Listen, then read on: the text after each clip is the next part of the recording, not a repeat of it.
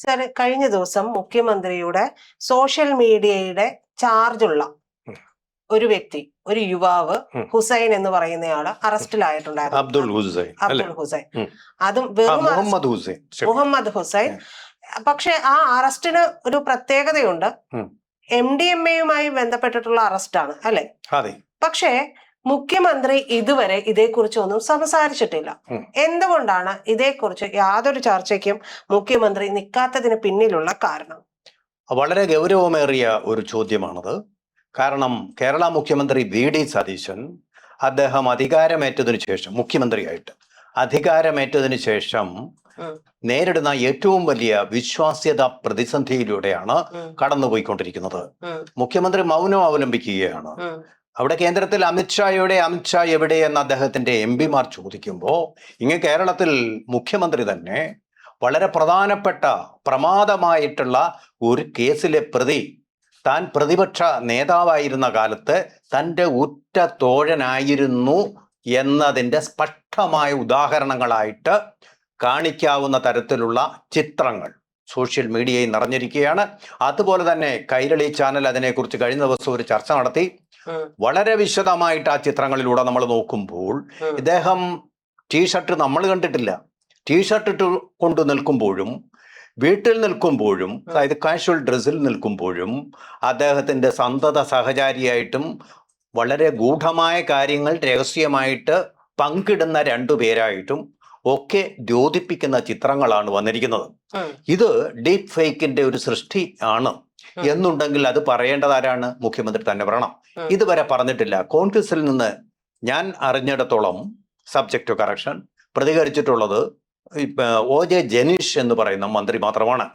അദ്ദേഹം പറഞ്ഞിരിക്കുന്നത് ഈ പറയുന്ന നമ്മൾ പിടിക്കപ്പെട്ട ഈ മുഹമ്മദ് ഹുസൈൻ എന്ന് പറയുന്ന കേവലം 28 വയസ്സ് മാത്രമുള്ള ആള് കോൺഗ്രസിന്റെ ആരുമല്ല, കോൺഗ്രസിന്റെ ഭാരവാഹിത്വം വഹിക്കുന്ന ആൾക്കാരല്ല. ഇദ്ദേഹത്തോടൊപ്പം മറ്റു രണ്ടുപേരെയും കൂടി പിടിച്ചിരുന്നു. അതായത് PA അബ്ബാസ് എന്ന് പറയുന്ന 50 വയസ്സുള്ള ആള്, അതുപോലെ തന്നെ PA അബ്ദുൾ സലാം എന്ന് പറയുന്ന 27 വയസ്സുള്ള ആൾ. അങ്ങനെ 3 പേരാണ് പിടിക്കപ്പെട്ടിട്ടുള്ളത്. എങ്ങനെയാണ് പിടിക്കപ്പെട്ടിട്ടുള്ളത്? കാസർഗോഡ് ഡിസ്ട്രിക്ട് പോലീസ് ചീഫ് ഈ വിവരം അദ്ദേഹത്തിന് കിട്ടിയ ഇൻഫർമേഷന്റെ അടിസ്ഥാനത്തിൽ വെളിപ്പെടുത്തുകയും പോലീസിനെ, സ്ഥലം SIA തന്നെ സജ്ജമാക്കുകയും പിടിക്കുകയുമാണ് ചെയ്തത്. ഇവരുടെ പരിപാടി എന്താണെന്ന് വെച്ചാൽ, സ്ഥിരമായിട്ട് ബംഗളൂരുവിൽ നിന്ന് എറണാകുളത്തേക്ക് മയക്കുമരുന്നുകൾ, MDMA എന്ന് പറയുന്ന മാരകമായിട്ടുള്ള രാസവസ്തു, സംസ്കരിച്ച രാസവസ്തു കടത്തുകയായിരുന്നു. ഈ പരിപാടി വർഷങ്ങളായിട്ട് തുടരുകയായിരുന്നു എന്നതിൻ്റെ എവിഡൻസ് ആണ് ഇപ്പൊ കിട്ടിയിരിക്കുന്നത്. കയ്യോടെയാണ് പിടികിട്ടിയിരിക്കുന്നത്. പക്ഷെ സാർ, ഈ മുഖ്യമന്ത്രിയുമായിട്ട് ഫോട്ടോയൊക്കെ ഉണ്ട് എന്ന് പറഞ്ഞാൽ പോലും, ഒരുപക്ഷെ പ്രതിപക്ഷ നേതാവായിരിക്കുമ്പോൾ പോലും അദ്ദേഹത്തിന് ഇതെന്തായാലും നേതൃത്വത്തെ അറിയിച്ചിട്ട് ഇവരാരും ചെയ്യാൻ പോകുന്നില്ല, സ്വാഭാവികമായിട്ടും. അപ്പോ അവരറിയാതെ നടത്തിയ ഒരു കാര്യം. അപ്പൊ ഞാൻ തന്നെ ചോദിച്ചത് എന്തുകൊണ്ട് മുഖ്യമന്ത്രി സംസാരിച്ചില്ല എന്നുള്ളതാണ്. ഒരു പക്ഷേ എന്റെ ചോദ്യം, അദ്ദേഹം ഇതിന് എന്തായാലും അറസ്റ്റ് നടക്കുമ്പോൾ അതിന് വിഘാതമായിട്ടുള്ളതൊന്നും നടത്താനും ചെയ്യാനോ ഒരു നടപടിക്രമങ്ങളിലേക്കൊന്നും ഈ സർക്കാർ പോയിട്ടില്ലല്ലോ. പക്ഷെ മുൻ സർക്കാർ എന്ന് പറയുന്നത് അങ്ങനെയല്ലല്ലോ. എല്ലാം പാതി വഴിയിൽ ഇത്തരത്തിലുള്ള കേസുകൾ വരുമ്പോൾ ബ്ലോക്ക് ചെയ്യല്ലേ ഉണ്ടായിട്ടുള്ളത്. ഇത് നമ്മളൊന്ന് പരിശോധിച്ചു നോക്കിയാൽ കോൺഗ്രസിൽ ഇങ്ങനെയുള്ള പ്രവർത്തികൾ അപൂർവങ്ങളിൽ അപൂർവമൊന്നുമല്ല. പാളയത്തിൽ പെടാന്ന് പറഞ്ഞൊരു സംഭവം സ്ഥിരമായിട്ട് സംഭവിക്കാറുണ്ട്. K. കരുണാകരൻ ഇരുന്നപ്പോൾ, AK ആന്റണി ഇരുന്നപ്പോൾ, ഉമ്മൻചാണ്ടി ഇരുന്നപ്പോൾ, അന്ന് ഉമ്മൻചാണ്ടിക്കെതിരെ പാളയത്തിൽ പട നടത്തിയ ആളാണ് VD സതീശൻ. പല സാന്ദർഭികമായിട്ടുള്ള ഉദാഹരണങ്ങളും ചൂണ്ടിക്കാണിക്കാൻ, അതല്ല നമ്മുടെ വിഷയം എന്നുള്ളത് കൊണ്ട് നമുക്കറിയാം. ഇപ്പോൾ മുഖ്യമന്ത്രി അതിൻ്റെ ഒരു ചരിത്രം പരിശോധിച്ചു കഴിഞ്ഞാൽ, മുസ്ലിം ലീഗിന്റെ നേതാവായിട്ടും ആചാര്യനായിട്ടുമുള്ള പാണക്കാട് തങ്ങൾ പറയുന്നു സതീശനാണ് മുഖ്യമന്ത്രി ആവേണ്ടത്, ജനസമ്മതി ഉള്ളത് അദ്ദേഹത്തിനാണെന്ന്. ഇപ്പോൾ ഈ സമയത്ത് ഞാൻ ഉറപ്പിച്ചു പറയുന്നു, പാണക്കാട് തങ്ങൾ അത് പറയില്ല, VD സതീശനെ മുഖ്യമന്ത്രിയാക്കണമെന്ന്. കാരണം കഴിഞ്ഞ കുറേ ആഴ്ചകൾ കൊണ്ട് പോപ്പുലാരിറ്റി റേറ്റിംഗ് വളരെയിരുന്നു. ഇപ്പം മുസ്ലിം ലീഗിന്റെ പക്ഷം തന്നെ എന്ന് പറഞ്ഞു കഴിഞ്ഞാൽ RSSനോടൊരു സോഫ്റ്റ് കോർണർ കാണിക്കുന്നു ഇദ്ദേഹം എന്നുള്ളതാണ്. TG മോഹൻദാസ് എന്ന് പറയുന്ന ആളിനെ അറസ്റ്റ് ചെയ്തത് പ്രബലമായിട്ടുള്ള ശക്തമായിട്ടുള്ള വകുപ്പുകൾ പ്രകാരമല്ല, അതുകൊണ്ടാണ് കോടതി അദ്ദേഹത്തിന് ജാമ്യം കൊടുത്തത് എന്നുള്ളൊരു വാദം ഒരു പക്ഷേ എ കെ ബാലൻ പറഞ്ഞതുപോലെ കോൺഗ്രസ് കേരളത്തിൽ വരികയാണെങ്കിൽ, അധികാരത്തിൽ വരികയാണെങ്കിൽ ഭരിക്കുക ജമായത്തെ ഇസ്ലാമി ആയിരിക്കും എന്ന് പറഞ്ഞതുപോലെ മന്ത്രിസഭയിൽ തന്നെ 2 പ്രധാനപ്പെട്ട മന്ത്രിമാർ ഉന്നത വിദ്യാഭ്യാസ വകുപ്പിന്റെയും അതുപോലെ തന്നെ വിദ്യാഭ്യാസ വകുപ്പിന്റെയും മന്ത്രിമാരുടെ സ്റ്റാഫിൽ ജമായത്തെ ഇസ്ലാമിയുടെ പ്രവർത്തകർ ഉണ്ട് എന്നുള്ളൊരു സത്യം പുറത്തു വരുന്നുണ്ട്. അപ്പൊ അതിനോട് ചേർത്താണ് ഒരു പക്ഷേ CPM-ഉം അവരുടെ ചാനലും ഇതിനെ വായിക്കുന്നത്. മുസ്ലിം ലീഗിന്റെ വമ്പിച്ച സ്വാധീനം, ഈ പിടിക്കപ്പെട്ടവ 3 പേരും മുസ്ലിങ്ങളാണ്. ജമായത്തി ബന്ധം ഉണ്ടോ എന്ന് അറിയത്തില്ല. ജമായത്തി ബന്ധം കൂടെ ഉണ്ടെങ്കിൽ ജമായത്തിയുടെ സ്വാധീനം വളരെ വലുതാണെന്നാണ് നമ്മൾ മനസ്സിലാക്കാൻ പോകുന്നത്. അവിടെയാണ് ഞാൻ ഈ പറഞ്ഞ പാളയത്തിൽ പടയുടെ പ്രസക്തി വരുന്നത്. ആരാണ് ഈ മയക്കുമരുന്നിന്റെ വേട്ടയായിട്ടുള്ള തൂഫാൻ എന്ന് പറയുന്ന പരിപാടി ആസൂത്രണം ചെയ്തത്? അധികാരത്തിൽ വന്ന പിറ്റേ ദിവസം തന്നെ ആസൂത്രണം ചെയ്ത് നടപ്പാക്കിക്കൊണ്ടിരിക്കുന്ന നല്ലൊരു കാര്യം ചെയ്തുകൊണ്ടിരിക്കുന്നത് VD സതീശനല്ല, മറിച്ച് വളരെ പ്രബലമായിട്ടുള്ള ആഭ്യന്തര വകുപ്പ് ഭരിക്കുന്ന രമേശ് ചെന്നിത്തലയാണ്. നമുക്കറിയാം, മുഖ്യമന്ത്രി തെരഞ്ഞെടുപ്പിന് മുമ്പ് മുസ്ലിം ലീഗ് ഈ VD സതീശന്റെ പേര് പറയുന്നതിന് മുമ്പ് തനിക്ക് മുഖ്യമന്ത്രിയാവാൻ സാധ്യതയുണ്ടെന്ന് വിചാരിച്ചിരുന്ന ആളാണ് അദ്ദേഹം. മുസ്ലിം ലീഗ് ഇത് പറഞ്ഞതിന് ശേഷവും ഡൽഹിയിൽ നിന്നൊരു വിളി വരാൻ വേണ്ടി ഹരിപ്പാട്ടെ വീട്ടിൽ കാത്തിരുന്ന ആളാണ് VD സതീശൻ. VD സതീശൻ അല്ല, രമേശ് ചെന്നിത്തല അല്ലേ? പ്രഖ്യാപനം വന്നത് VD സതീശന് അനുകൂലമായിട്ടാണെന്ന് അറിഞ്ഞ നിമിഷം തന്റെ വീടിന് മുമ്പിൽ കാത്തു നിന്ന ജനങ്ങളെ കാണാതെ അദ്ദേഹം പിൻവാതിൽ കൂടി വടക്കുപുറത്തുകൂടി നേരെ ഗുരുവായൂർക്കാണ് പോയത്. ഗുരുവായൂർക്ക് പോയാൽ അതിനു മുമ്പൊന്നും ഈ ഓപ്പറേഷൻ തുഫാൻ ഒരു കാര്യത്തെ പറ്റി കോൺഗ്രസോ അവരുടെ ഈ പറഞ്ഞ ഗ്യാരണ്ടി സ്കീമുകളിലോ ഒന്നും പെട്ടതല്ല. വളരെ ശക്തമായിട്ട് ഇതങ്ങ് നടപ്പാക്കുകയാണ് ചെയ്തത്. ആ നടപ്പാക്കലിന്റെ മധ്യേയാണോ ഇങ്ങനെ ഒരു അറസ്റ്റ് നടക്കുന്നത്?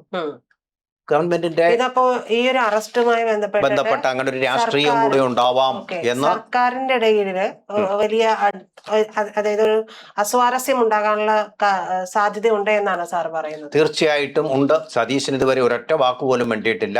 അദ്ദേഹത്തിന് വാ തുറക്കാൻ വയ്യാത്ത ഒരു അവസ്ഥയാണോ എന്ന് നമ്മൾ സംശയിക്കും. എല്ലാ കാര്യത്തിലും പത്രക്കാരോട് അഭിപ്രായങ്ങൾ പറയുകയും പത്രക്കാരെ ചൂളിപ്പിക്കുകയും ചെയ്യുന്ന ആള് ഇപ്പൊ ചൂളിയിരിക്കുകയാണോ എന്നൊരു സംശയം നമുക്ക് തോന്നുക സ്വാഭാവികം മാത്രമാണ്. അങ്ങനെ ഒരു അവസ്ഥ ഇപ്പോൾ കേരളത്തിലുണ്ട് എന്നുള്ളതാണ്.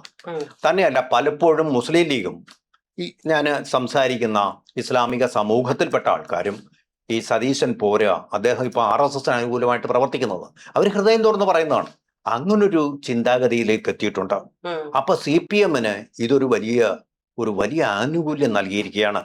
മുസ്ലിം ലീഗിനെ പ്രീതിപ്പെടുത്തുന്നു, ജമാഅത്തിയെ പ്രീതിപ്പെടുത്തുന്നു എന്ന് പറഞ്ഞവർ ഇപ്പോ പറയുന്നത് RSSനെ പ്രീതിപ്പെടുത്തുന്നതാണ്. കഴിഞ്ഞ ദിവസമാണ് നമ്മൾ കണ്ടത് കൊല്ലത്ത് മാതാ അമൃതാനന്ദമയി മഠത്തിൽ VD സതീശൻ ഇരിക്കുന്നത്. തന്നെയല്ല, ബോഡി ലാംഗ്വേജും നമ്മൾ പത്രക്കാർ ഇപ്പൊ നോക്കാറുണ്ടല്ലോ. ബോഡി ലാംഗ്വേജ് വെച്ച് നോക്കുമ്പോൾ VD സതീശൻ പണ്ടത്തെ പോലെ സന്തുഷ്ടനാണെന്ന് എനിക്ക് തോന്നിയിട്ടില്ല. നിരീക്ഷണം നോക്കുമ്പോൾ പാണ്ഡൻ നായുടെ പല്ലിനു ശൗര്യം പണ്ടേ പോലെ ഫലിക്കുന്നില്ല എന്നുള്ളതുകൊണ്ട് ഇത് സോഷ്യൽ മീഡിയ കോർഡിനേറ്റർ ആയിരുന്നു ഇദ്ദേഹം എന്നുള്ളത് ഇതുവരെ നിഷേധിക്കപ്പെട്ടിട്ടില്ലാത്ത ഒരു സത്യമാണ്. OJ ജനീഷ് കോൺഗ്രസിനെ സപ്പോർട്ട് ചെയ്തുകൊണ്ട് പറഞ്ഞത് ഈ പറയുന്നവരാരും കോൺഗ്രസ്സുകാരനല്ല. അവിടെ വേറൊരു പ്രശ്നം കൂടി വരുന്നു. കോൺഗ്രസ്സുകാരനല്ലാത്ത ഒരാളിനെ സോഷ്യൽ മീഡിയയുടെ കോർഡിനേറ്ററായി ഇതിന് വെച്ചു നടത്തുന്നു. അപ്പൊ കോൺഗ്രസിനോട് സമാധാനം പറയേണ്ടി വരുന്നു, കേരളത്തിലെ ജനങ്ങളോട് സമാധാനമായിട്ട് വരുന്നു. മറ്റൊരു പ്രധാനപ്പെട്ട പ്രശ്നം, മുഖ്യമന്ത്രിയായിരിക്കുമ്പോഴും ആ സോഷ്യൽ കോർഡിനേറ്ററുടെ സ്വാധീനം ഇദ്ദേഹത്തിലുണ്ടോ? ഈ ഒരു അവതാരങ്ങളൊക്കെ വരാറുണ്ട്. ഇങ്ങനൊരു ഇൻഫ്ലുവൻസ് ഉണ്ടെങ്കിൽ അധികാരത്തിന്റെ ഇടനാഴികളിലേക്കും അദ്ദേഹം പ്രവേശിച്ചിരിക്കാം. അത് വളരെ ഗുരുതരമായിട്ടൊരു പ്രശ്നമാണ്. എന്താ കാര്യം? ഡ്രഗ് പെഡലർ, അതായത് മയക്കുമരുന്ന് കച്ചവടക്കാരനായിട്ടുള്ള ഒരാളുടെ വ്യൂ പോയിന്റുകളാണ് പ്രതിപക്ഷ നേതാവിന്റെ സോഷ്യൽ മീഡിയ. അതുകൊണ്ട് വളരെ പ്രധാനമാണ്. ആരുടെ? കോൺഗ്രസിന്റെ സോഷ്യൽ മീഡിയ അല്ല, പ്രതിപക്ഷ നേതാവിന്റെ സോഷ്യൽ മീഡിയ. അവിടെ നിന്ന് പുറത്തു വന്നിരുന്നത് കോൺഗ്രസ്സുകാരത് വായിച്ചിരിക്കുമല്ലോ, കേരളീയരും അത് വായിച്ചിരിക്കുമല്ലോ. അപ്പോ നമ്മള് വേശ്യയുടെ ചാരിത്ര പ്രസംഗം എന്ന് പറയുന്നത് പോലെ, ഹാർലറ്റ് സ്പീച്ച് എന്ന് ഇംഗ്ലീഷിൽ പറയുന്നത് പോലെ, നമ്മൾ കേട്ടുകൊണ്ടിരുന്നത് മയക്കുമരുന്ന് വ്യാപാരത്തിന്റെ ഉടമയും അടിമയുമായിട്ടുള്ള ഒരു വ്യക്തിയുടെ സാരോപദേശങ്ങളാണ് കേട്ടുകൊണ്ടിരുന്നത് എന്ന് പറയുമ്പോൾ, അതുപോലെ തന്നെ മുൻ മുഖ്യമന്ത്രി പറഞ്ഞതുപോലെ ശിവൻ പാപിയെ തൊട്ടാൽ ശിവനും പാപിയാകുമെന്ന് പറഞ്ഞതുപോലെ സതീശനിപ്പോൾ കേരളത്തിലെ ജനങ്ങളോട് മാപ്പ് പറയുകയും അദ്ദേഹത്തിനെതിരെ ഈ ബന്ധത്തെക്കുറിച്ച് ഒരു അന്വേഷണം നടത്തേണ്ട ഒരു ഘട്ടത്തിലേക്കാണ് ഇപ്പോൾ പോകുന്നത്. DYFI ഇന്നു മുതൽ ഇതിൽ അന്വേഷണം വേണമെന്ന് പറഞ്ഞിട്ട് സമരം നടത്താൻ പോവുകയാണ്. തീർച്ചയായിട്ടും അവർ പറയുന്ന ന്യായമാണ്. പ്രതിപക്ഷത്തിന്റെ റോളാണ് അവർ നിർവഹിക്കുന്നത്. പ്രതിപക്ഷത്തിന്റെ റോളിൽ ഏറ്റവും ശോഭിക്കുന്നത് എന്ന് നമുക്കറിയാം പിണറായി വിജയനാണ് ഭരിക്കുന്നതിനേക്കാൾ.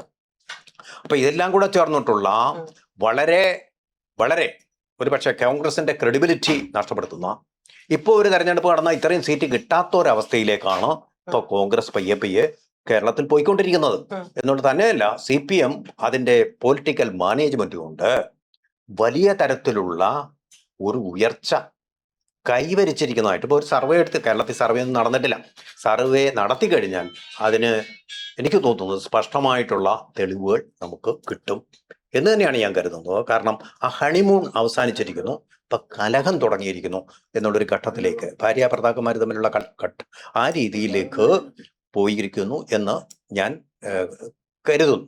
ഇതൊരു കോൺസെപ്റ്റ് മാത്രമാണ്, എൻ്റെ ഒരു ബോധ്യം മാത്രമാണ്, അല്ല ഏതെങ്കിലും തെളിവിന്റെ അടിസ്ഥാനത്തിൽ പറയുന്നു അല്ല. എന്തായാലും മയക്കുമരുന്നിന്റെ ഉടമകൾ, അടിമകൾ ഒക്കെ അധികാരത്തിന്റെ അകത്തളങ്ങളിലേക്ക് വമ്പിച്ച സ്വാധീനത്തോടെ പ്രവർത്തിക്കുന്നു എന്നുള്ളത് ഓപ്പറേഷൻ തൂഫാന്റെ വളരെ വിലപ്പെട്ട ഒരു റെവലേഷൻ തന്നെയാണ്.